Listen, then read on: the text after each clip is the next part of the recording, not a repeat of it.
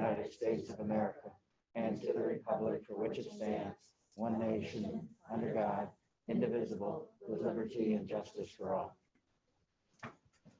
I will ask the recording secretary for a roll call.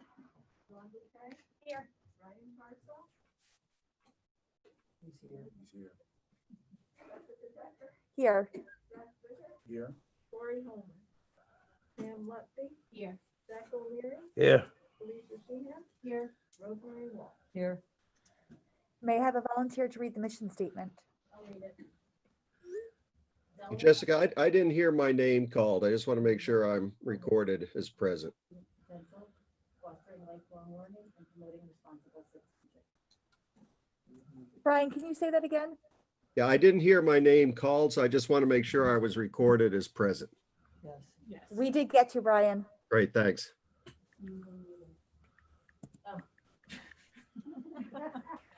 Thank you, Felicia, for reading the mission statement.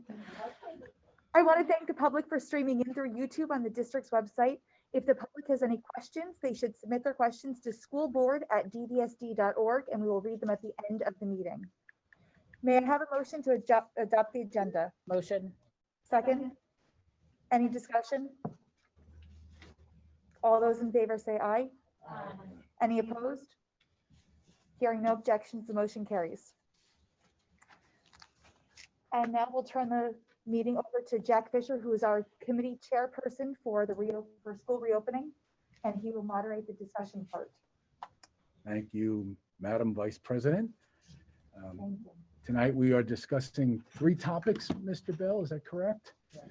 All right, so the first topic, I don't have an agenda, so I think it's special education. Actually, Zoom first. Update Yeah. on the Zoom students returning to- Oh, we're going to do that first. Okay, gotcha. So the first topic is students returning to in-person on Zoom. And I would ask you all to please let each person talk separately. Try not to talk over anyone. We did a great job last week on that, so I congratulate us. It's hard. Learning Zoom is not easy. Everyone wants to have their voice heard, and you will be heard. We're just going to do it sequentially. So with that, turn off your phones or turn them to stun so we don't have any ringing, and we'll get started with the update. Dr. Bell. Okay, thank you. In your folder tonight, you'll see information regarding in-person Zoom and cyber students. There's different sheets. The first sheet is the one we have a big milestone because Monday is the return of kids who want to leave Zoom after the first month of school and return to in-person. And currently, right now, there are 1,125 kids in Zoom. That's an increase of about 50. When we started school, we were at 1,074. We've added about 51 kids went from in-person to Zoom over the course of this past month, getting us up to that 1,125 number. And then there are 110 students who are going to return to in-person learning next week from Zoom. They made the calls, their parents made the calls over the last week and a half, and 110 kids are coming back. So all told, it's only 60 more students that we have to accommodate compared to what we had opening day. So it really is not a problem when you divide that across 7 schools and 13 grades. In terms of the kids returning, the primary school has 10. The Delaware Valley Elementary has 12. Shahola has 9. Dingman Delaware Elementary has 10. Dingman Delaware Middle has 13. DV Middle has 14. And the high school has 42 for a total of 110. But again, it's not anything that we can't accommodate for. The biggest concern were lunches, but with those numbers, we can handle that without having to add new lunch rooms or anything like that, thankfully. So, and then just the subsequent sheets just give you more drill down by grade level if you want for your own edification, just to see kind of who's coming from where that makes up these different groups, whether it be cyber, Zoom, in person, et cetera. Any questions on those numbers?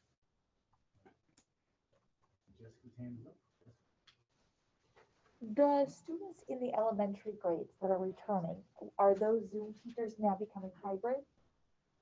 I know that's what we'd originally talked about. There's a different answer by grade, by building, believe it or not, because all the different classes have very different numbers.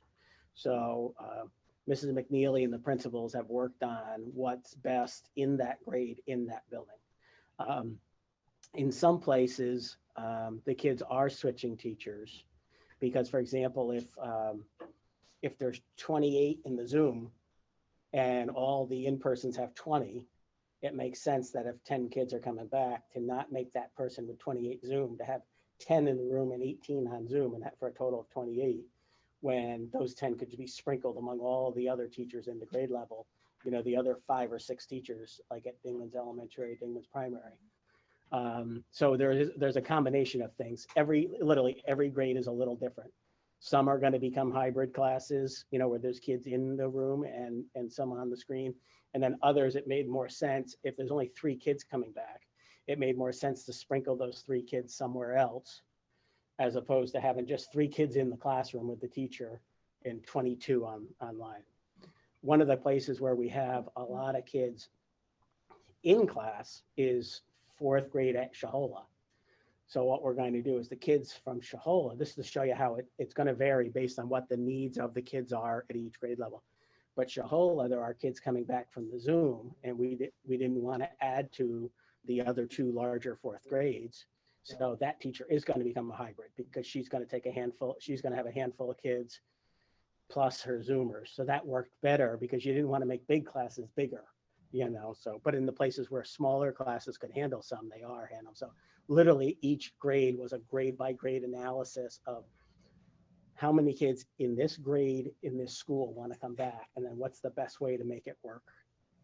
So can we get those numbers as far as which grades and which schools are doing hybrid classrooms as opposed to being sprinkled throughout? And then have we heard from any parents? I mean, how much time did they know that their children were switching teachers? And have we heard anything from them? Because I mean, part of the appeal of doing Zoom was the fact that your child was not going to have to switch teachers. So I just want to make sure that they were notified and understand that. I'm just looking to see if Vicky's on here. Yeah. Vicky, do you want to chime in? I Yep, know there's no sure. one answer, but can you help us out a little bit? Absolutely, yes. Every parent is being notified of whatever the situation is. I can tell you Shahola has 1 hybrid for 4th grade. The other grades only had like 1 kid each. So we weren't going to put 1 child in the Zoom room. That's not good for either the child or the teacher. So we decided that was not a good idea. DVES has 1, possibly 2 becoming hybrid because the parents have requested it. We're just waiting on to hear. And Mary Ann's been in touch with those parents. In kindergarten, that teacher has 4 coming back and she's going to keep them. Where am I at?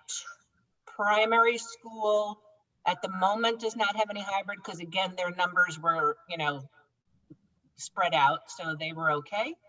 And DDES right now is not hybrid, possibly maybe on one of them. So, but everybody, you know, they're all called, they have the guidance calling all the parents, not sending letters so that, you know, they can have a conversation with everybody. So, but we did, as John said, we looked, you know, in my conversations with them, we looked at each scenario. Okay, what makes sense? What doesn't make sense? Do we have room? Don't we have room? What's best for the kids and the Zoom teachers? Because again, you don't want like really 1 or 2 kids. I kind of said 3 was like the minimum because I think even 2 is a little bit, you know, not so good, you know, socially for the kids. But again, coming the end of the marking period, we may need to, I don't know, we'll see what happens then. But overall, we really didn't have a lot of kids, you know, like John said, 11 in DVES, you know, 9 in one spot, 9 in another, really not a lot came back. So, and some said they were going to come back and then today changed their mind and they're not. So I know people may be just waiting till the end of October and we'll see what happens at the end of the marking period, but that's kind of where we're at right now. So it seems to be going smoothly pretty much so far from everything that I've heard from all of the principals. Thank you. What we could do is we can put together a class list for you for next Thursday.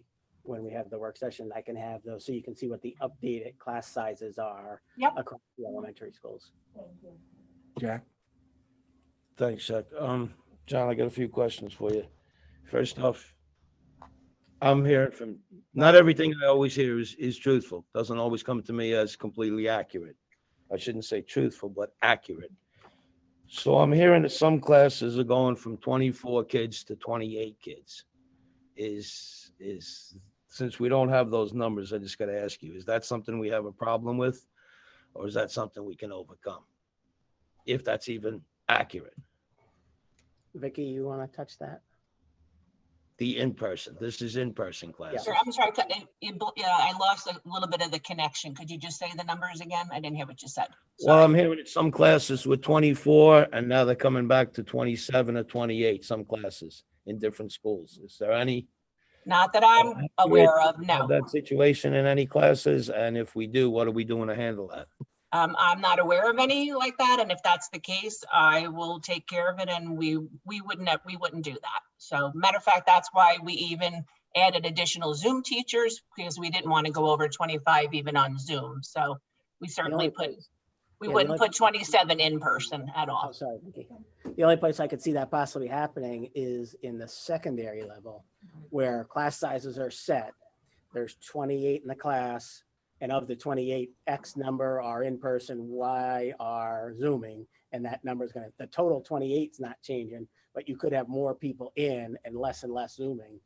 Okay. It seems to be Right, like and I the can't higher the speak to grade, secondary, so I don't the know. more kids are here. You know, the closer you get to seniors, the more people are here and the less that are Zooming. Well, I get asked these questions, so I got to ask how accurate they are, because the information I'm getting is not always, the person giving it to me doesn't always have all the information. So they asked me to ask, so I ask. Yeah. The other thing I got is that the chart that you had given me said, this is why I'm still confused with the numbers. We had 1,033 kids coming in on that original chart in September. But you're saying now we only had 1,074 in Zoom? It Yeah, there wasn't was, there was 1,030? an addition mistake at the bottom there. If you add up all those numbers coming down that column, it should add up to 1074, not 1033. Julie reminded me this afternoon that when we handed that out, the individual numbers are right, but the cell at the bottom didn't add correctly. Okay, that's where I was wrong on that. So we still got a lot of kids out on Zoom. So here's the question that I get asked very often. A lot of these kids I come across, including my own too, want to come back to school. And there's an awful lot of kids I meet that want to come back to school. But the parents aren't comfortable for whatever reason bringing them back. So they want to, I'm getting asked this question a lot. What are we doing as a board to make it so that these parents feel comfortable enough to bring their children back to DV? That's the main thing. We want to get these kids back into a school, but they do not feel comfortable at this time bringing a child back. And the question to me that I do not have an answer for, since I'm not sending my own children back, is what do we do as a board to make them feel more comfortable? Well, I think one of the things we have talked about, and I hope it's being implemented, is daily deep cleaning. So that's something a lot of school districts are not doing. They're doing a midweek cleaning only. So I think our parents should feel comfortable that we are spending extra money to make sure every night a deep cleaning takes place. And John, I see you saying we are doing that. Jack, I just met with the nurses just prior to this. They had their nurse department meeting at 5 p.m. and they were literally singing the praises of the custodial staff and Marvin's crew, and that it's not just even at night, that in some buildings, there's like 2 or 3 rotations in a day where when the students are out of the room, they're going in and doing doorknobs, telephones, desktops, tabletops, those kind of things. So when kids are at recess or they're at lunch, that they're using that time to go in and do surface cleaning and those kinds of things on a routine basis, in addition to that deep cleaning at night. So, and the nurses they're a tough group too. They're just not, and they made it a point that they wanted me to relay to John, and I'm just kind of jumping in here, that they were really singing the praises of the custodial staff for their efforts in making sure the school is a safe and clean and sanitized location. And I know we were going to discuss busing. Is our contractor on top of things with the buses? Are they cleaning them right after the kids are off every day? They do, they clean the high touch areas during the day, and then they disinfect the entire bus with the large backpack sprayers every night. Every night? Wonderful. Marvin bought it and then told them how much they owed him. Sure. Vicki, I have another question about the hybrid classes at, I think it's Sure. DVE. The Zoom teacher in kindergarten, Uh-huh. is she one of the ones that's doing hybrid? Yes. So And Vicki, Mary Ann had- as you answer that question, Jack, did we satisfy the answer to your question? Okay, thank you. I'm sorry, just want to make sure I didn't. Yeah. Yes, Go ahead, the Vicki, I'm kindergarten sorry. teacher has 4 kids coming back and she wanted to keep them. And the parents agreed to that. And how many Zoom kids does she have then? I do not have that number off the top of my head, sorry. Okay, I was thinking 12 originally. so she'll have So like 12. and it'd be then 4 and 8. 18? It'd be 4 and 8 now if. Okay, okay. I'm a little concerned with kindergarten, just because they're kind of, but if the numbers are that low, then, yeah. Yeah, she was not a big class, but the parents seemed to want to keep them there and she wanted to keep them. So we decided that that's a good thing. Okay, okay, thank you. Sure. Felicia, did you have a question? And John, could you just bring Corey up to speed on those earlier numbers, 110 and 50? And you weren't here, Corey, so really important numbers that you hear.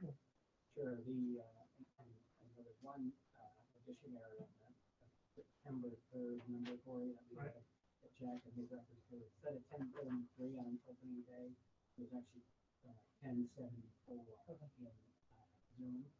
We grew to 1125, and then with the 110 that are coming back next week, that'll bring us down.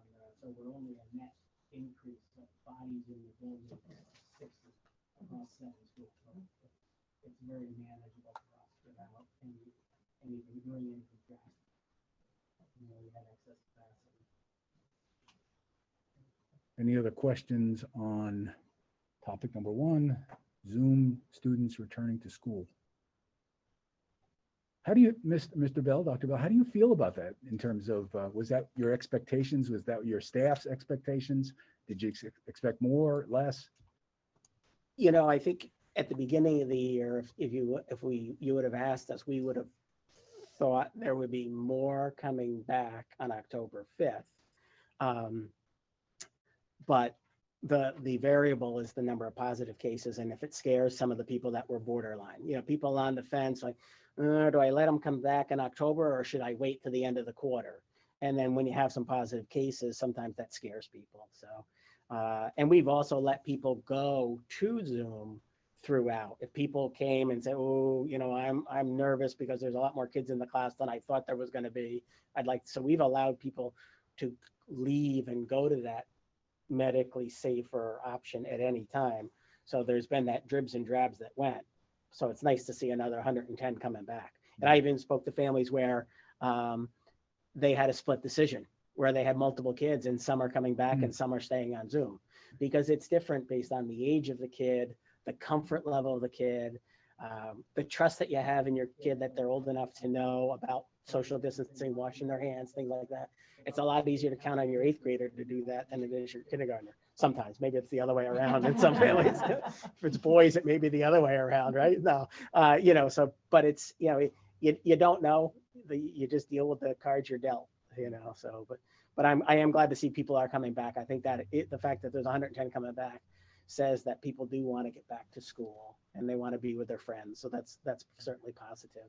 So that will segue us into item number 2, an update on the COVID-19 cases here at DV. Yes, we've had 6 individuals test positive. Really good thing is that 5 of the 6 never showed any symptoms, and no one that needed to be quarantined because of any of the 6 showed any symptoms up to this point. In fact, the people that had to be quarantined for the first few cases that happened, boom, boom, those first 2 days back to back, Those students and staff, some of them were back today and another batch of them will be back tomorrow. So the 14 days, calendar days is up. So it's really nice to see, okay, it didn't spread any further and they're actually being able to return to school, which is really a positive in that respect. So just so the public knows, I think, Corey, if we get some questions on that right now, or Jess, let's answer those questions Sure. now so people don't have to wait till the end of the meeting. And- Because I think that's the number one issue out there in the public Yeah, is how did that all pan out? yeah.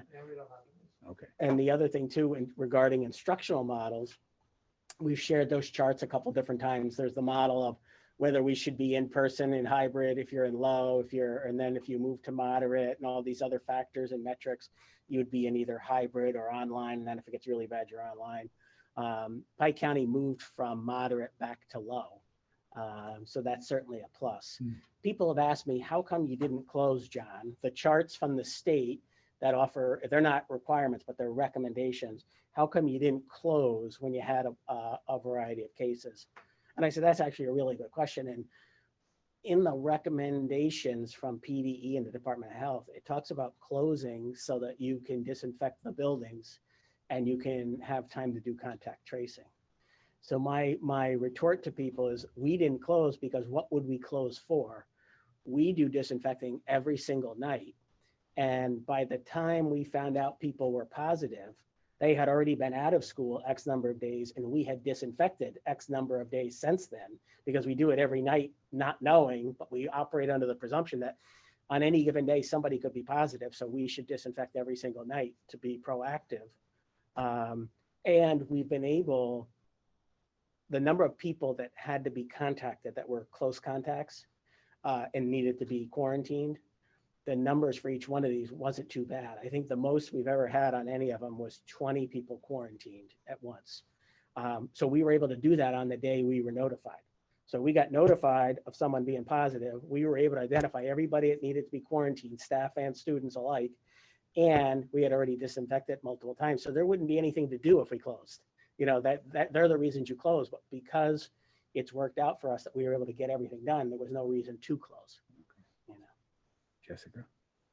I just wanted to point out that, especially Jack, the individuals, the parents of children who are Zooming, who may be uncomfortable about sending their children backward. I think that what Dr. Bell just said is a perfect answer for all of the things that we are doing. And I think the fact that we did have, that first group of a cluster of cases that we did have that were all connected, they still were in 3 different buildings, but the fact that even after 14 days and those students are returning, that did not, that nothing went any further is a huge positive for us, and about the mitigation efforts that we're making, and that, everything that everybody's doing. And I think also that, we did last week basically give permission that if we needed a day for contact tracing to have a snow day of some sort or whatever, that you do have that ability and moving forward. So, and I think all of those are important. And perhaps you can define once again who gets quarantined and why. Sure. People that are quarantined are considered close contacts, and the definition that Pennsylvania uses through their Department of Health is someone that was within 6 feet of the positive tested person for a minimum of 15 consecutive minutes. Not 15 minutes, 5 minutes here, 10 minutes later. It has to be 15 consecutive minutes within 6 feet. And so that reduces. So oftentimes, if someone were to sit on a particular side of the room, that means people all on all the other side of the room and in the middle of the room are not anywhere near that 6-foot circle. So they're not inside that bubble of that person. So again, it's 6 feet for 15 minutes or more. So that's a pretty high threshold. You got to spend some time sitting close to somebody. And it's not the contact of a contact, it's a direct contact with the individual who tests positive. Right. So if I'm a student in a class and Dawn is positive, if I'm within 6 feet of her, I'm quarantined. But if I have little brothers and sisters in the elementary schools, they're not. They don't become quarantined unless I start showing symptoms. So it's a contact of a direct. So all of this is on the website, right? Mm-hmm. Okay. And we just had a comment quick from the public was that now that now that it's understood to be an airborne disease from the CDC's latest guidelines, what's the distance between desks and core classes, specifically at the high school? Yeah, they vary based on the size of the room and the number of students that chose to come to school. So there isn't a magic number that they're 4 feet or 5 feet or 6 feet or anything like that. We provide for the maximum space we can with the students who want to come to school. There's a lot of talk about the airborne right now, but again, that's something that's relatively new that we're watching to see if there'll be more research studies on it. Because we've had a lot of research studies that looked promising or looked scary, and then they kind of peter out after there's a more thorough review. So we're kind of paused and waiting on that to see if there's more info. And we're wearing masks. Right, and we didn't So, used to. sort of. And we used to think that you had to wash down all your groceries because of the contact issues, and then that really has seemed to not held up either. So it's really tough because it's really a moving target. Rosemary. Of the 6 that tested positive, are any of them back in school at this point or no? They First all 2, are? right? All but one? That's great. Good. Thank you. And staff too?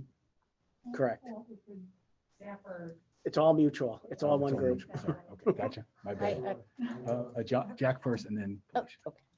Jack. Yeah, John, this thing about deep cleaning, I've heard an awful lot about that. And now we have a lot of people out here in Zoom land that have never, this is new to them watching board meetings. So I'm just sure everybody's a witness that over the years I've said about our cleaning staff that these are like second to none. I've been in many other districts. Every time you walk into DV, you see somebody with a broom and a mop, and nobody's in the break room, this is not like other districts that I've been in my life. So I've always talked great about our staff. So I don't doubt that the cleaning staff, the custodial staff at DV, I've seen it for years, and I've been saying it to all you people, and you've all heard me. And I know the people in Zoom haven't heard me because they haven't been here, but there's no doubt that these are all doing their work. But this deep cleaning seems to be doing something, especially if we've had kids that were out and we don't have the cross-contamination, as you say, with other students. So I just want to make sure with this deep cleaning, because we're trying to get kids to come back my own too. And I need my own wife to feel comfortable, just like a lot of parents are out there. And there's many mixed parents, like you say. Some of their kids are coming and some aren't, because they're sure one kid and they're not sure of the other. And I certainly have that in my house. But the deep cleaning, today's October 1st.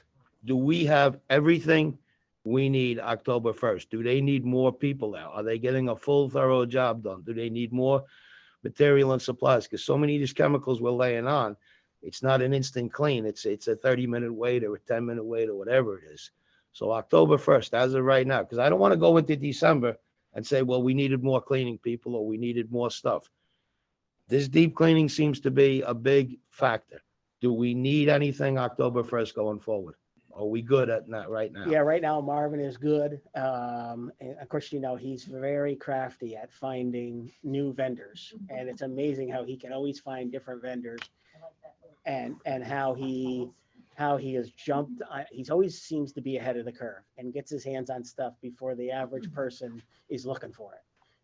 I should have him pick my stocks because he's always like just a day early from everybody else. And he's even played with concoctions that they would make using some other supplies that we order for some other things that can be actually used in conjunction with other products. But right now he feels we're in a really good shape going forward for quite a while. And we have enough people to do it. Yeah.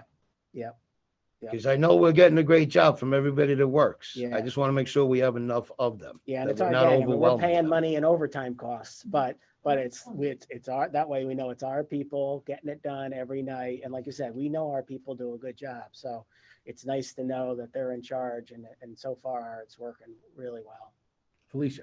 I just had, and I know you've told me, and I just want to write it so I know. Is it 14 days from the date of the test or 14 days from the date of the result? And it depends if you're symptomatic or asymptomatic. If I get this right, if it's asymptomatic, it's 14 from the Result. the result. If it's symptomatic, it's 14 from the Test. the day of the test. So So just, so The asymptomatic person stays out later, Well, longer? it starts later. They start later. And they don't, well, you wouldn't necessarily know that they actually had it because they're asymptomatic. But if you're symptomatic, you're assuming you already have it until the test result comes Okay. back. okay, I Okay? just wanted to Yeah. Yeah. get the numbers straight. It's so Yeah. funny. There's so many different variations of it. It's not the question of the 14, it's just when does it start and finish? That's John? why we've told you Chris Lordy has those charts for each and every person so that we don't mess it up. Mhm. Chris Laurie, do you want to say something? Yeah, I was just going to reiterate what John was saying, and that it's 14 days from the test when the test is collected if you're asymptomatic. It's 14 days from when you show symptoms with a positive test. So your test could come back on a Monday, but if you had symptoms on Saturday, the quarantine actually starts from Saturday, not Monday. Thank you. Yeah, and I just wanted to say welcome back, Chris. We know we missed you last week for personal reasons, and we are praising your name throughout the district for all the good work you're doing. Thank you. I appreciate that. We have a great team, that's for sure. No doubt. So any other discussions on that issue? Otherwise, instructional models, John? Yeah, I think that fell in line with our moving from moderate to low, so that's good. The next thing we have for you is we have some brief information for you about special education that can be held in the general session. Okay. And then we have more specific special ed that would be done in executive session, just to make sure that we don't inadvertently identify anybody. Okay. So that would bring us to the end of the committee meeting and back to the regular meeting. Is that correct? Is that how we're going to handle this? We can do the special ed info whenever you want. Okay. Whatever, the public part whenever you want. If you want to do that now before you do announcements, is it? Okay. Okay. And Cheryl and Diana are in the back room, but they're on Zoom with us. Hi, thanks for having us. Cheryl and I are going to answer some of your questions from last week regarding special education. I was going to start off with the Colonial Virtual Cyber Program. I know there were some questions on that. So as it relates. Diana, hold on 1 second. We're getting some feedback. Is Diana right now? Yeah, or can Diana just come out here instead of somebody else's screen? You guys want to take my desk? So right here. Kelly and I volunteer to move.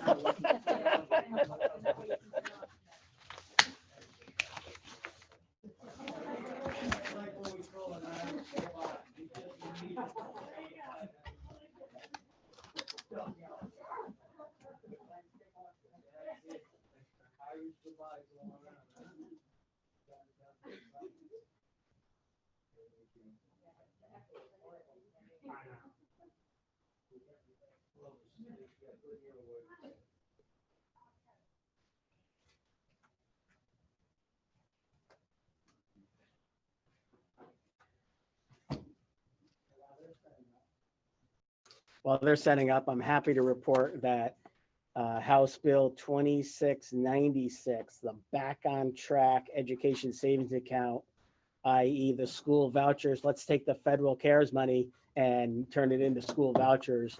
It was pulled from the House Education Committee meeting agenda today it was pulled from a vote because they did not have the support to use the federal funds and try to steal them from public schools and put them into vouchers. So that's good news. The good guys won one for a change. So is that the public funds that have already been allocated that the state's just sitting on? Yes. They tried an end run. And we have to give a shout out to our own rep, Rosemary Brown, who is a member of the House Education Committee, and they did not let it move forward. So thank you to Rosemary and her colleagues.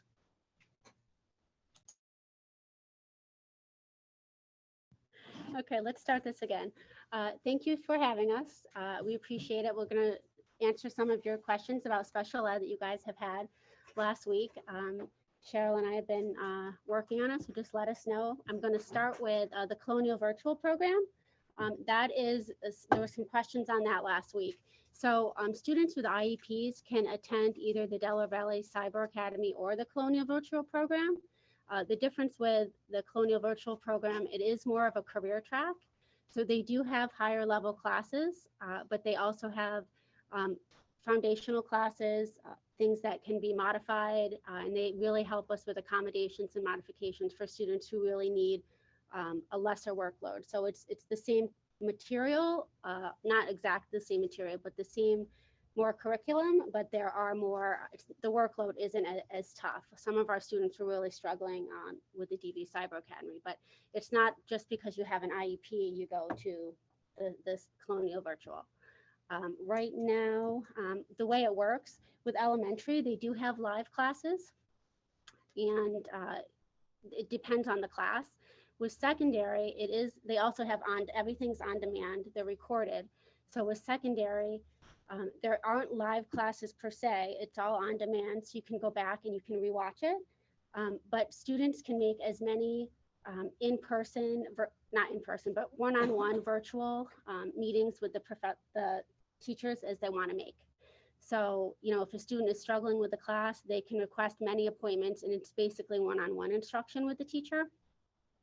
So we got started a little late this year because I'm assuming because of all of the influx, not in the Delaware Valley, but just in general.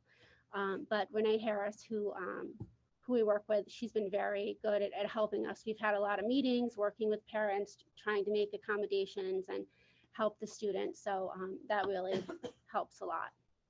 So they've been good to us with that. And we just, as each thing comes up, we try to handle it. So that's specifically with the Colonial Virtual. Any questions on Colonial Virtual before we move on? Okay. I'm going to give you guys a little bit of information about therapies. I know that a question came up about if students are receiving therapies, if they are in one of the cyber programs. If parents chose to enroll their child in either the Pearson cyber program or Colonial Virtual, or even the children who are Zooming in from home, their services are still being offered as outlined in their IEPs and their 504s. IEP teams met to discuss how those services should be delivered, and being sensitive to the parents' requests, those services are being delivered based on the parents' requests. So some parents may have chosen to keep their kids on the virtual platform, and therapists have been accommodating and worked out schedules for that, as well as some parents have decided and chosen to bring their child in for their therapies. So, really our staff has worked really hard with making sure that everyone is having their needs met in any way possible that we can. So that's kind of how the services are working, but we have ensured that every child is still continuing to receive their services, physical therapy, occupational therapy, speech therapy, counseling, vision therapy, hearing therapy, anything that is offered is being delivered as the IEP teams have determined is the most appropriate. We wanted to give a shout out to the special education teachers. They are remarkable, K to 12. They're rock stars. They've been going above and beyond. They've been adjusting the paperwork with the IEPs to make sure that the modifications, if the students are on Zoom, that the modifications meet what they need on Zoom. They've been having many IEP meetings. They've spent a lot of time and a lot of work making sure that things are good. There have been struggles with Zoom. That's not, that's part of it. That we have, as they come up, as each issue comes up, we have been having IEP team meetings. We've been working with the parents. We've been doing a lot to try to, and every kid is different, obviously. So we're trying to make, whatever accommodations we can make as we know about it. So we're just encouraging parents to please call us, please call the case manager, please call the school, because we can't help if we don't know about it.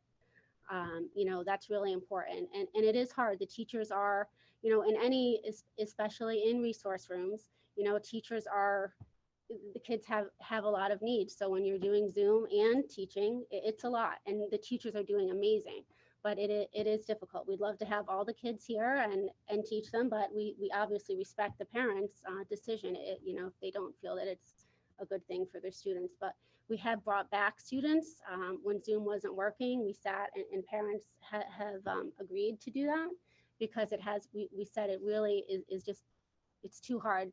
It was too hard for the student. So, you know, we're really happy with what our teachers are doing, and they're too hard on themselves. You know, we definitely, we're trying to keep them positive, because they really are working really, really hard. So. And along with that, we want to thank the parents as well for working, the students that are virtual, for just having patience and working with the teachers, meeting with the teachers when the teachers say, can you call me back in 10 minutes so I can help you with this technology issue, or help you log in your child? You know, how can I help my child facilitate with the learning with the Zoom? So teachers are really working with parents, and parents are really working with the teachers. So we just want to say thank you to the parents for really just working with us and communicating with the teachers, and the teachers communicating with the parents. It's what's making it work. So we just want to say thank you for that as well. And just to add, we're hearing a lot of the parents' frustration about the technology. So we're going to be trying to do some videos and putting them up on the website for parents that are with some of our own staff, so they can get a little bit more help that way. And we have also, it's in the works. We're working on high school students being able to tutor students. You know, we obviously, the capacity to tutor every single Zoom student would be difficult, but students that are really struggling, we have a high school student who's really interested in getting this off the ground. And we've also offered for the high school students specifically, and the tutors, the high school students would be K-12, you know, they would help elementary as well. And they would come into our homework help that's offered, and at the high school level. And we are also offering students at the high school level, if they're Zooming and they need extra help, they are allowed to come in after school if the parent wants to bring them. So we're trying to make as many things available as we can. And I also wanted to do one more shout out that the instructional assistants they've also been truly phenomenal. They're doing a lot of review work, doing Zoom with reviews. They're reviewing with the students while the teacher's doing Zoom sometimes, but they have really, in their flexibility, that's the key word I think we said this year, be flexible. But that's the nature of our job anyway. But they have really also just been really, really fabulous. So I'll ask a question regarding special ed. Is there an issue or something we should be concerned about with mental health issues? How would a Zoom student get mental health counseling if they need it? And I'll go to Vicki and Dr. Blum after this. For regular ed, is there an uptick in mental health issues and things along that line? To speak to the mental health piece, and this would be for any student, we are going to be starting, we're just working out some permission slips. We're going to be starting Zoom only groups for students on Zoom. So dealing with situations, our social workers are going to be working on that. And I believe our guidance counselors are as well. We met with the mental health and wellness committee yesterday. So we talked about what we could do to reach out to the students on Zoom and how to do that. But there are certain parameters you would have to meet. It has to be private. But we are working on getting that up and running soon. And the counselors and social workers and school psychologists as well we just talked about that yesterday. What kind of things do we need to do to help? So we're going to be asking staff as well what they see that the students need, but the groups are going to get up and running. We also have Friendship House that is coming in. They've continued to work with us, and they also have telehealth. I think we discussed that already, but so students can also do that, and if someone's interested in that, they can contact the guidance counselor if you're not set up with that already, and we can talk about that, but there are counselors as well. So that's certainly something that we're trying to reach out and what we can do. Excellent. Thank you so much. So Vicki, did you hear my question for special ed? And how does it pertain to regular ed? As far as the mental health piece of it, the guidance counselors, as Diana said, are reaching out. Matter of fact, I spoke to one today who said, oh, I just had my first Zoom therapy session. And I said, and how did it go? She said, well, it was different, but it was good. So they are really on top of things and doing a great job with that. Again, everything is a little bit different. So it's getting used to that model as opposed to having somebody in front of you. But I think guidance is doing a great job of keeping track of kids that they normally know they see in group sessions. So I know the ones that are not out, that they're trying to stay in touch with those guys as well. Good. Any other questions, Pam? Am I on?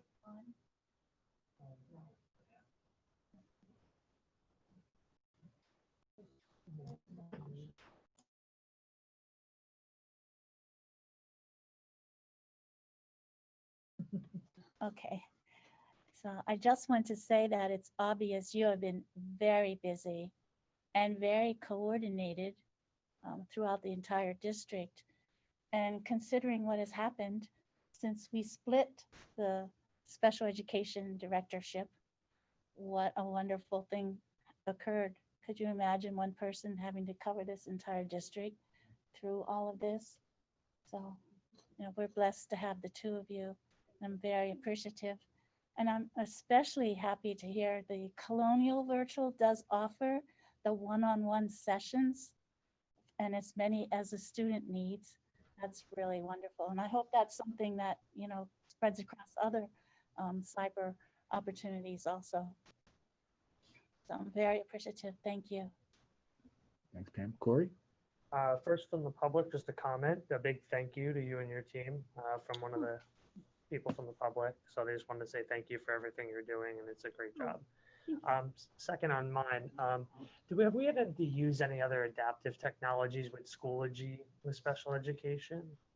You know, I mean, such like screen readers, things along those lines. I've heard that there's some struggles in other districts there.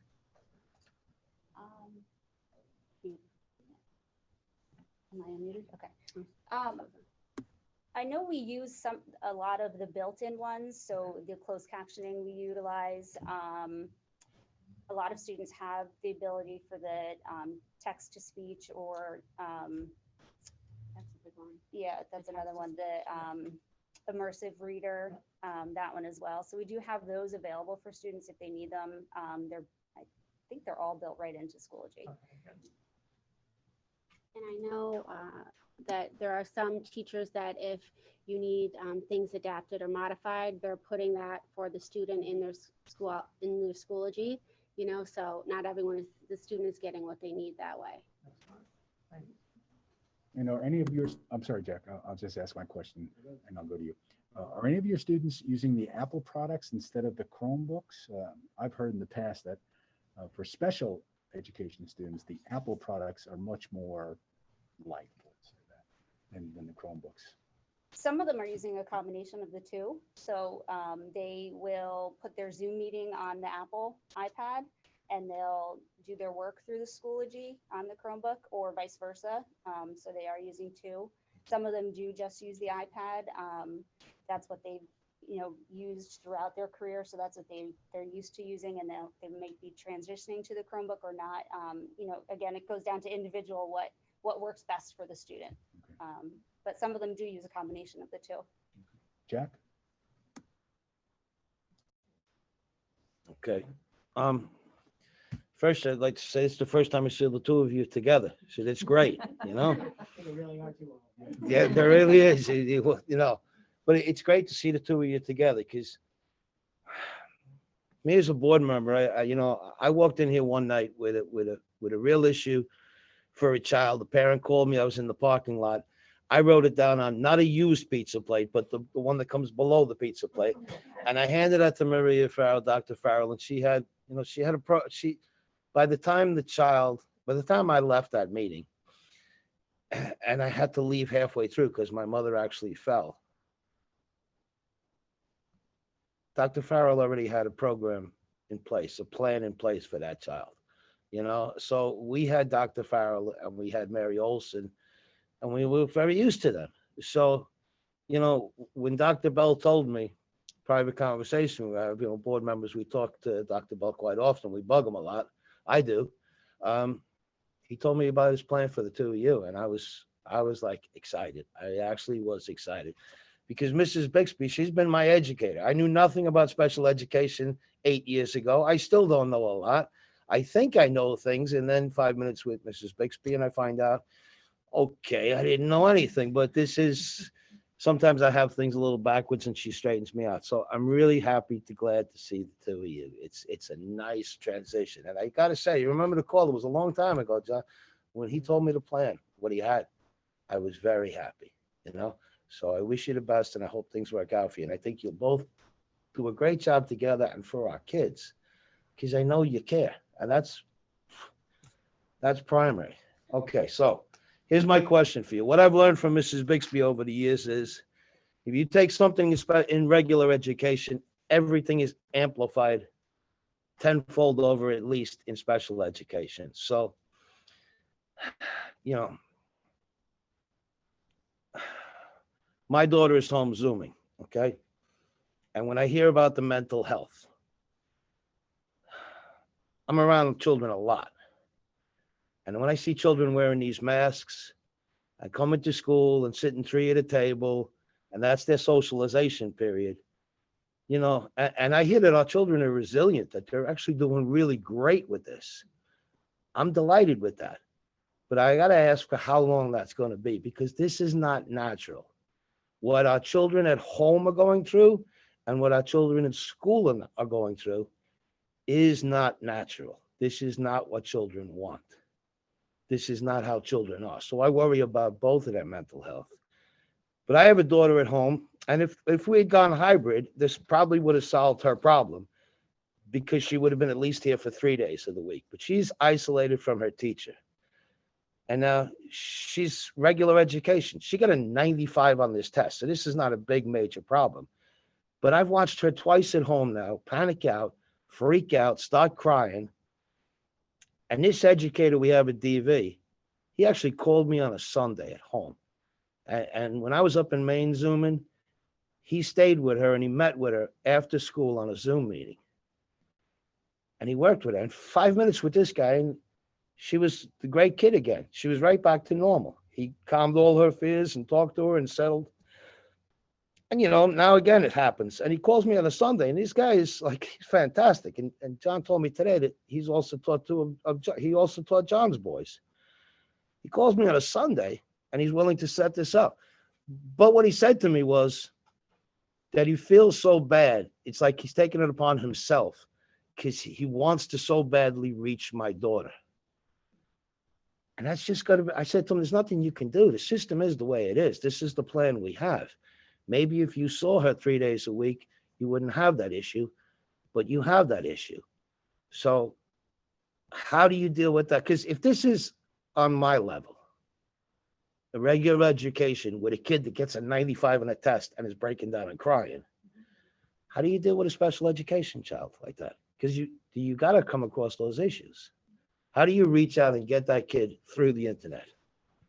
I could tell you a couple things. First, with the mental, just for all kids, the mental health and wellness committee, that's why we created it. So every month we're going to be meeting, and we're going to add next month teachers and administrators, hopefully volunteer, that want to come to see what we can do to reach everyone. We have some ideas already, like we're going to start the groups, but we're looking at what else teachers need.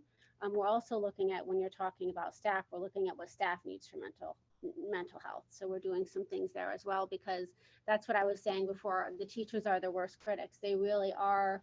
It's hard. You want to reach every kid, and they are working very hard, very, very hard. And it's just, they're not always able to do what they want to do, because they're pulled in so many directions. So it is hard. So we're looking for the staff mental health needs as well. But with special education, with the case manager, they are checking in with the student and the parent.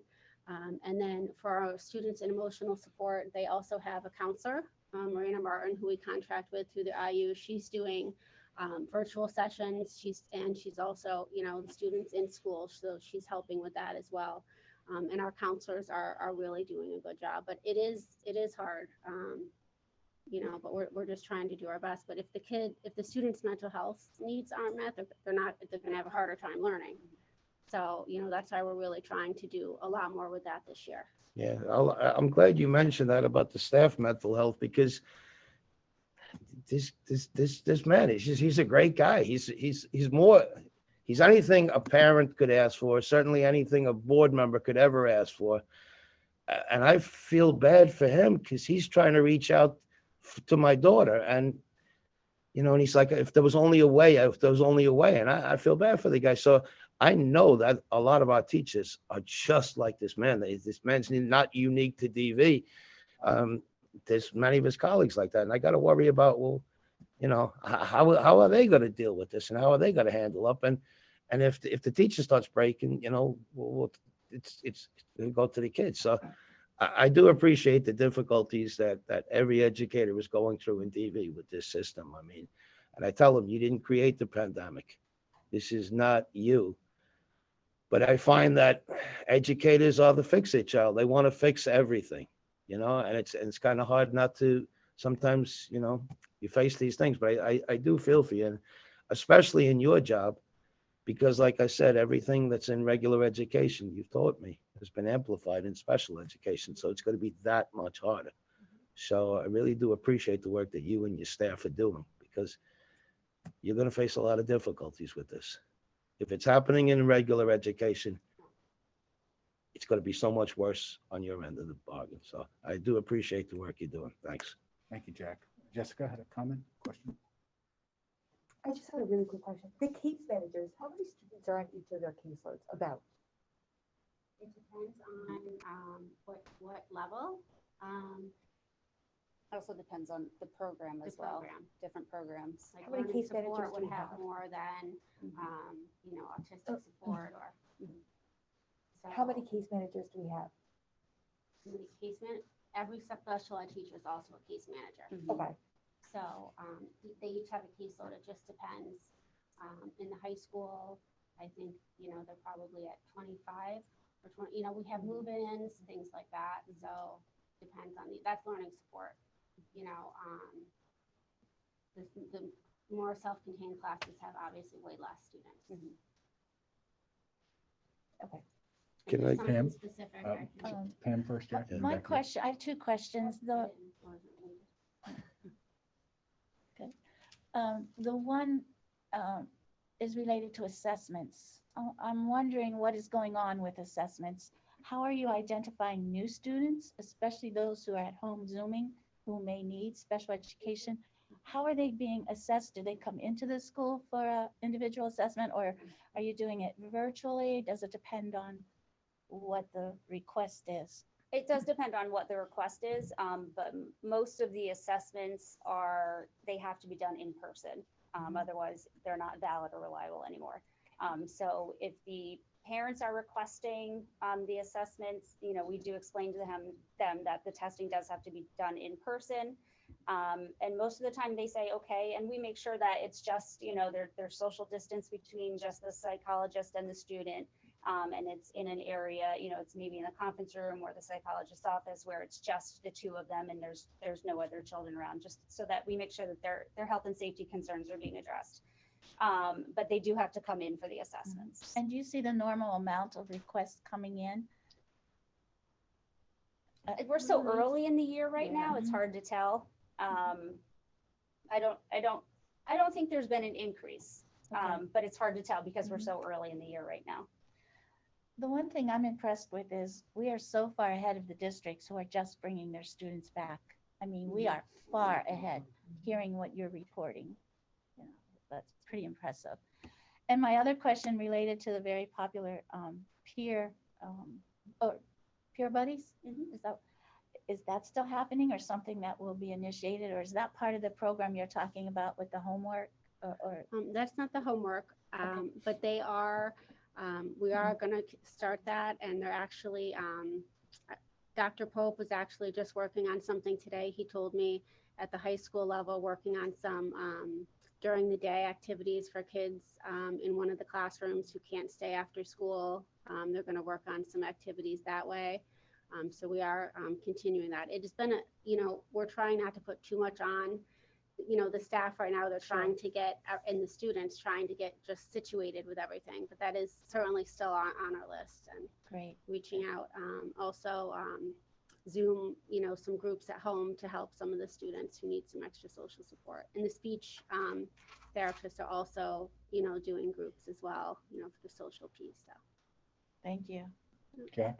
It's just quick. So the therapies, because like I was talking about the personal connection, that a regular education and my daughter, they struggle. So the therapies, if I have a child in special education and I want that child to have a personal therapy, that's available to them. Can they come in and get their therapies in person? In person, yes. Yeah. Yes, okay, because I think that's, very, and I listened very closely when you said, because I was thinking in my head, how could we possibly do a valid assessment of a child unless it's in person? That's, again, these are problems we have with the computer. Things don't translate over the computer. So I just want to make sure that the kids that need the therapies, they have that option at all times to always come in. Okay, I appreciate that. Thank you very much. Anybody else? If not, what I'll say is, I think the baton has been successfully transferred to you ladies. We're very happy for the good things you're doing, and hope to hear from you again in the future. Maybe not without masks, so we'll get to see each other. But let me just ask, Brian Corso, I haven't heard from you yet. Any questions you might have? He's good? Okay. So that would take us to the end of the committee meeting. Is that correct? Correct. Yeah, I was going to start with you all, but I kind of got reversed. Thank A you. few questions under other business. Okay, good. Before, just for the public. You're not dealing with mental health or special education. Thank you. Okay. The two questions that were brought up is referring back to Dr. Bell's comments about the airborne research out there now, and if it is determined eventually that the illness or the virus is transferred airborne, and that's more solidified in the research, would that change anything? For us, that wouldn't come from PDE, but that would actually come from the Pennsylvania Department of Health. So I'm sure that just like we have our statewide superintendent meetings, I'm sure they have their state Department of Health meetings with the feds. So DOH would give us guidance, and that who knows what that could be and what the ripple of that could be. Once again, it could be 52 different scenarios, and the 53rd thing is what actually happens, even though you plan for 52, right? But yeah, so we wait and we take guidance from the medical people from DOH. And then last is that it seems like we have a few parents that are concerned about, they're not so concerned about the cleaning that's done, but they're more concerned about the spacing in between students. And is there anything we could offer them to say to those parents? Zoom, if they're truly uncomfortable, then Zoom is an option for them.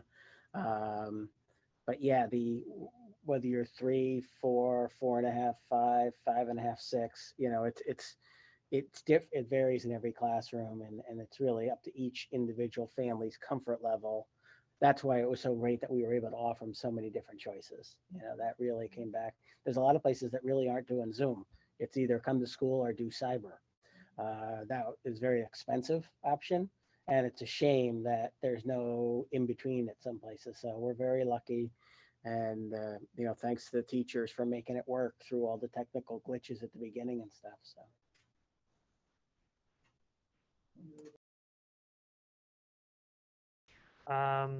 So first we'll move over to announcements. And on this though too, I know we spoke about potentially not having a meeting next Thursday unless that was discussed before, but that's a regularly scheduled work session next week. So what's that? Do we need to have it? It's up to everybody. What is it, everybody think? Is there a need for a work session, or can we push back maybe if we do a work session the 15th and then the regular meeting the 22nd? Unless anybody else. I'm going to be invited next week, so. Okay. I'm personally prepared to come every, Yeah, whether it be by Zoom or just because things change from week to week, and you can come right now and next break is tomorrow. Okay. Well, The only thing I'll say to you guys is that if something happens and we need a short-term switch, I can do that just like I call a snow day. You know, we don't have to keep having a meeting every Thursday and make it a potential voting meeting or whatever the language is, possible voting meeting or whatever.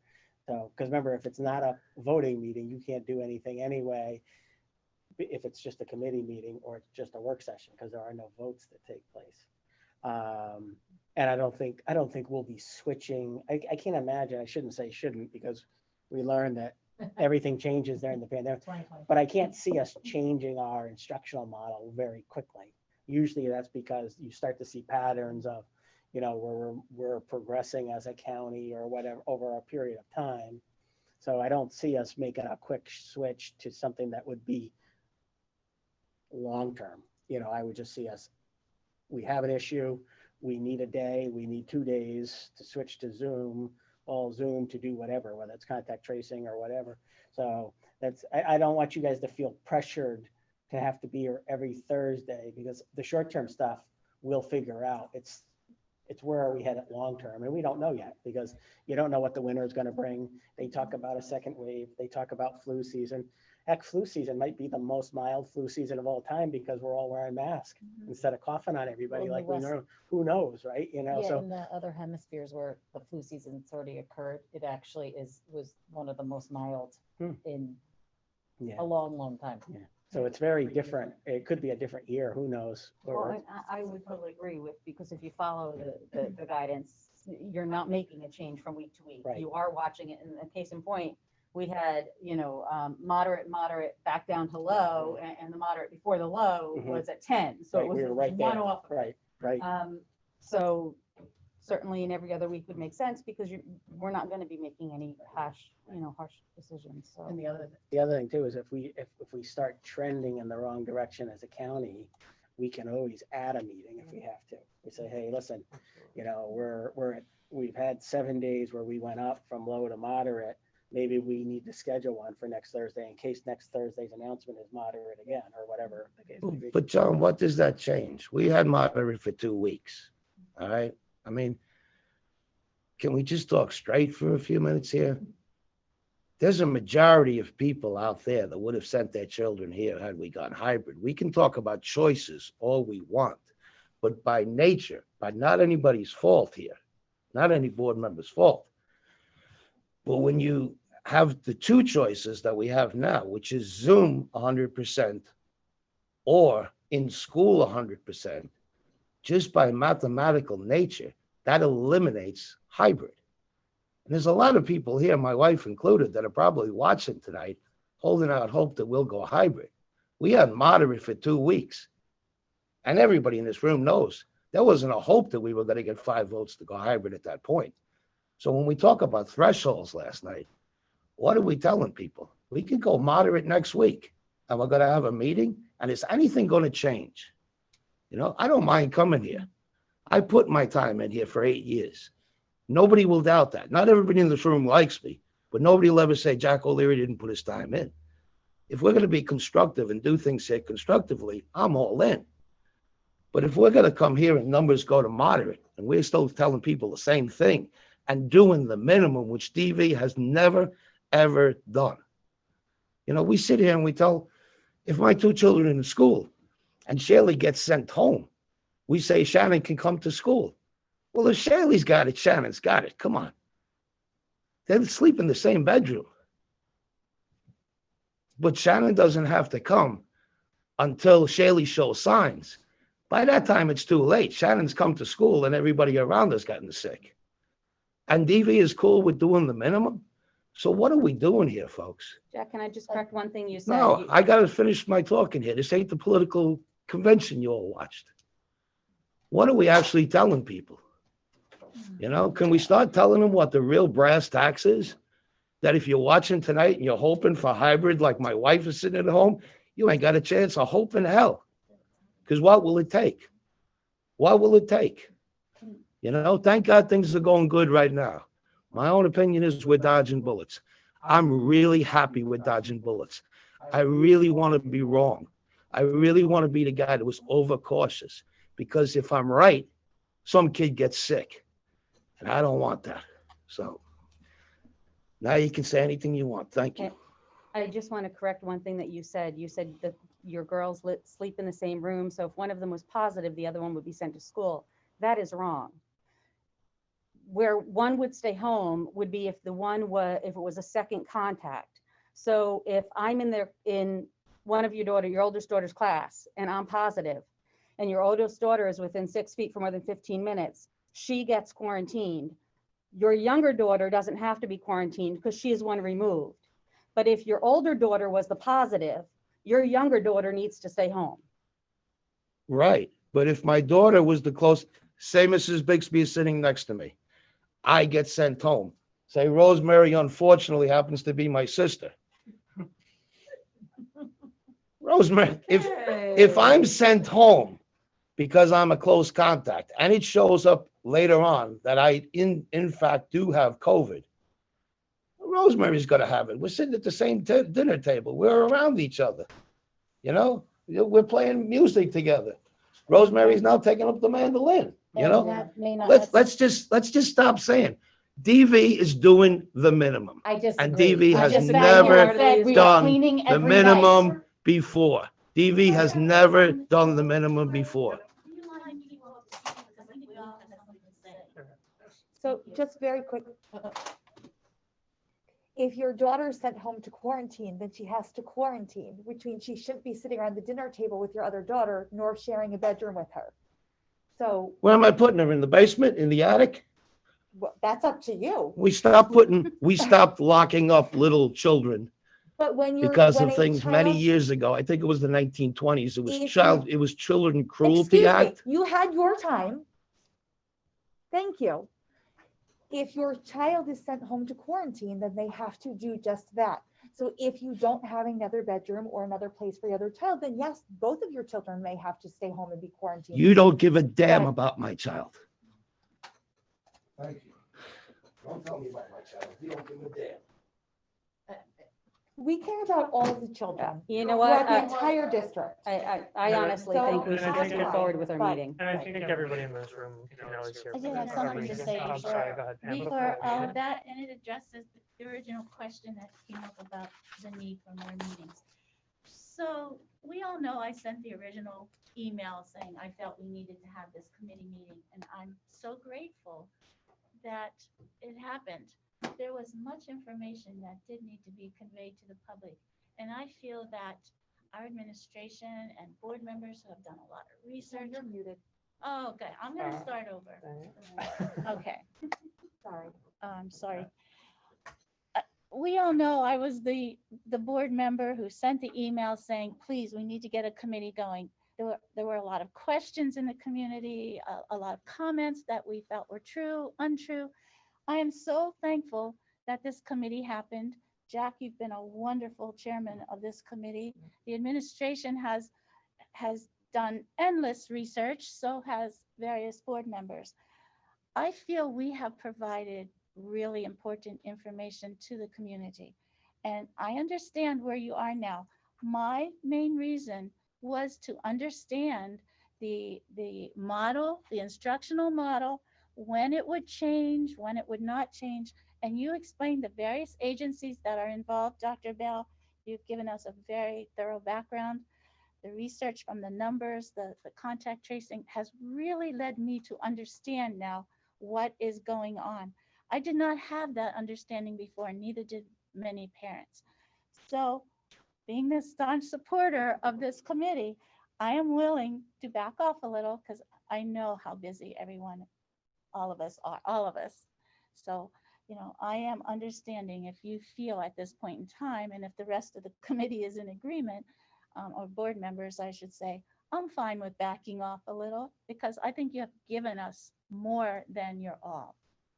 However, I liked the idea that if the numbers do change and things happen, we can convene quickly. I think we're all available.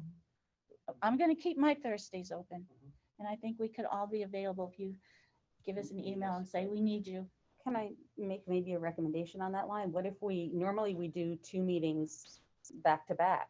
What if we just do our work session and our regular meeting on an every other Do you know what I mean? Leave a week in between. Like a first and third instead of second and third. Yeah, Second and that third will give instead of us second and the, third. you know. Every 2 weeks we're meeting, right? Bingo, yeah. Yeah.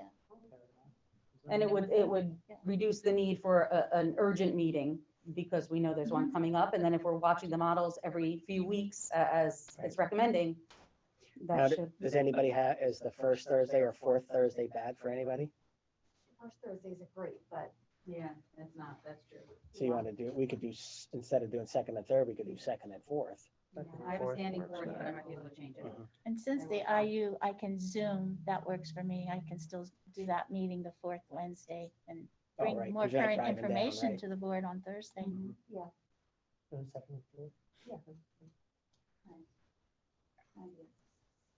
And I am very appreciative of everyone, really. And I Everyone is think very, very everybody, now that we've gone through it a couple times with positive cases, et cetera, you know, you always have the beginning of the year blips of things that need to be fixed and what's new and people got to get into the routine. And then you compound the pandemic with the mask and all that. But the fact that we've had positives and people can see how it's dealt with and what happens and does my kid have to be quarantined, doesn't have to be quarantined, what are the general parameters? It actually, there's a little bit of a blessing in that we've been through it a few times and now 4 of our 7 schools have actually had it happen. And that kind of breaks the ice as well. And again, the fact that people are coming back from quarantine and knock on wood that no one that's been quarantined because of any of the 6 cases that have actually showed that they haven't shown symptoms, the quarantined students and staff, that's a plus too. Like Jack said, you know, sometimes you feel like you're dodging bullets. And I feel that sometimes when we get lucky when somebody was positive and they're sitting against a wall, not in the middle of the class, because that means you're going to quarantine a lot less people. So sometimes you get lucky, you know, and we'll take luck anytime we can get it. I had one more comment. And this was something I wanted to comment on earlier along the lines of what Jack brought up.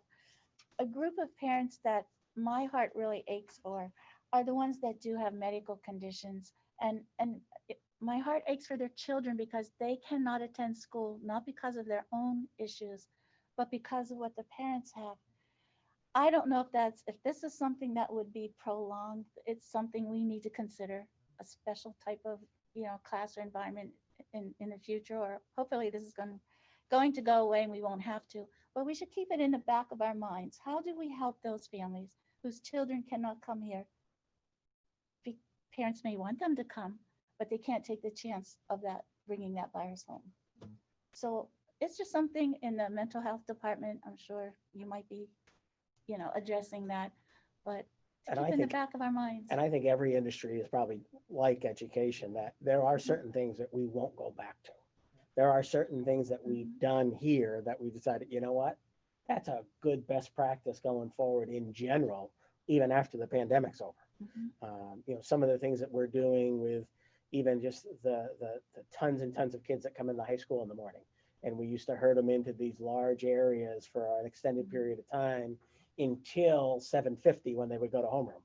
The fact that they've been coming in and going to homeroom at 7:43 or whatever time it is, so there's just a slow, steady flow and not a mad rush of people, has been a positive.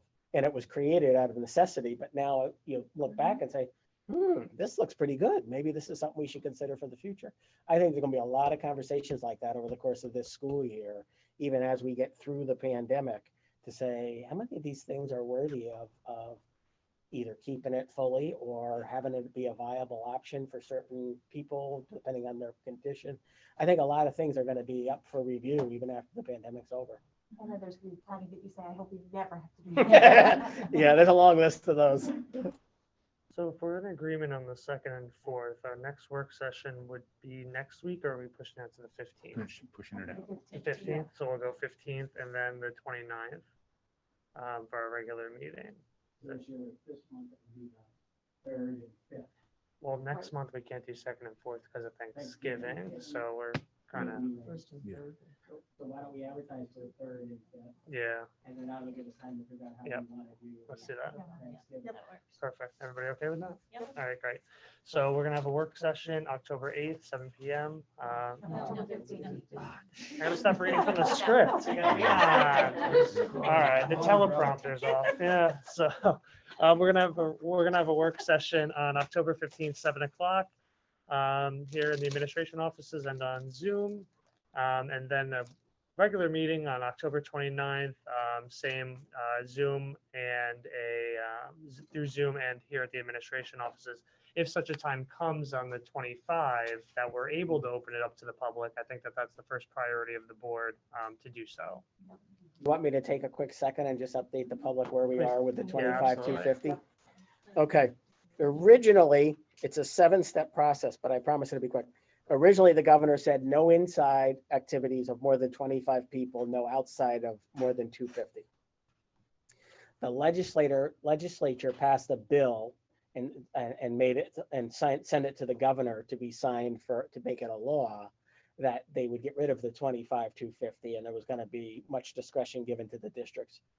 The governor vetoed it, which meant then the legislature could either just let it die, or they would have to pass it a second time with 2/3 majority of both the House and the Senate. And they had more than 2/3 of the votes the first time. The second time, obviously, the pressure got to the Democrats because their governor, the governor of their party, vetoed it. So when they came back to vote the second time, they couldn't muster up 2/3 of the 2 chambers. So the bill died. But in federal court in Pittsburgh, the judge ruled that it was unconstitutional. A variety of things that the state had done was declared unconstitutional, but most of the things have expired. But the 25-250 was still in existence, and it was declared unconstitutional. The state then they asked for a stay request, which means everything stays in place while they appeal it to a higher court. The judge in Pittsburgh denied the stay request. So now it's fair game. It's up to districts to do what they want. So we put in a system to give every football player, every cheerleader, and every band member 2 tickets to a game on a Friday night. And the visiting football team would have 2 tickets per player. They're not bringing their cheerleaders or their band. Then the governor, since the stay request with the federal judge didn't work, he issued it to the higher court. What's the higher court? Third Circuit. And just this afternoon, that judge honored the stay request of the governor, which means the 25 and 250 are back in while it's appealed to the Third Circuit. And the governor put out, he was a little coy this afternoon, but he put out earlier tonight, and his office said, Governor Wolf's office said crowd limits will remain in place for this weekend's high school games. More guidance will follow next week. Some of the people I talked to in Harrisburg said there's been rumblings that he may loosen that number. The 25 and 250 may be something else by next week, but the 25 and 250 is in effect for this weekend. So here we're going to have everybody was going to get to bring 2 people to the game tomorrow night. And now that's not going to be the case because we're over 200 just between the 2 teams, the cheerleaders, the band, the referees, the coaches, the people in the scoreboard, in the press box. So it looks like tomorrow night the players and the cheerleaders and the band will not be allowed to have their families come watch now that the governor made this statement, earlier this afternoon. So, and then we have 2 more weeks before we have another home football game. So there's time for that to play out. The other sport that's impacted, by the way, the other outdoor sports are not impacted because we don't have more than 250 people traditionally at a field hockey, a soccer game, things of that nature. So we don't have any issues. They've been having spectators, but volleyball is the one indoor fall sport. So they're bound to 25. The entire teams can't even fit in the gym. The 2 teams, they can only have so many players in the gym at one time because you have the scoreboard people, the 2 referees, the 2 head coaches, and only a limited number of players. The other players have to wait outside or in the lobby and things of that nature. We were giving them 2 tickets. In fact, they've already started using 2 tickets at home games. And now that's going to have to be put on pause as well. But I think they had their senior night, didn't they? Do you know, Diana? I'm not sure. I think they got a lot of teams hurried to do their senior night, even though you normally do it on one of your last home games of the season. We told everybody, do not wait to have your senior nights if you can, speed it up. So I think field hockey's had theirs. I think girls soccer's had theirs. I think volleyball's had theirs. So that because we were worried something like this would happen and then the parents wouldn't get a chance to experience senior night. So we've had the earliest senior nights of all time. So the bottom line is the 25-250 is back in place. with more information coming next week. So case in point, how things move pretty rapidly, even in one day. So. Thanks for that quick overview. And now we'll need to move into an executive session to discuss student issues and possible litigation. And so now may I have a motion to adjourn the meeting and move into executive session? We will not be returning. Second. Any discussion? All those in favor say aye. Aye. Any opposed? Hearing no objections, the motion carries and the meeting is adjourned. Thanks. Thank you.